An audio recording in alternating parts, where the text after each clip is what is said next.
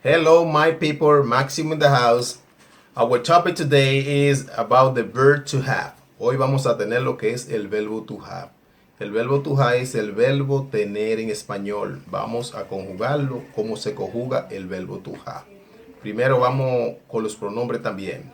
Por ejemplo, I have quiere decir yo tengo. You have quiere decir usted tiene. He has quiere decir él tiene. She has, ella tiene. It has, esto o eso tiene. We have, nosotros o nosotras tenemos. They have, ellos o ellas tienen. Por ejemplo, vamos a hacer algunos ejemplos aquí. I have 3 brothers. Yo tengo 3 hermanos.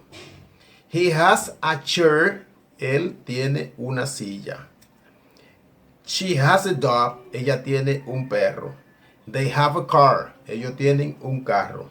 We have a book. Nosotros tenemos un libro. Este es el verbo to have, pero en tiempo presente. Have. I have. You have. She has.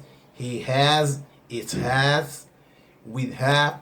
They have. Este es el verbo to have. Muchas gracias. Recuerde suscribirse. Maximum in the house. Thank you very much.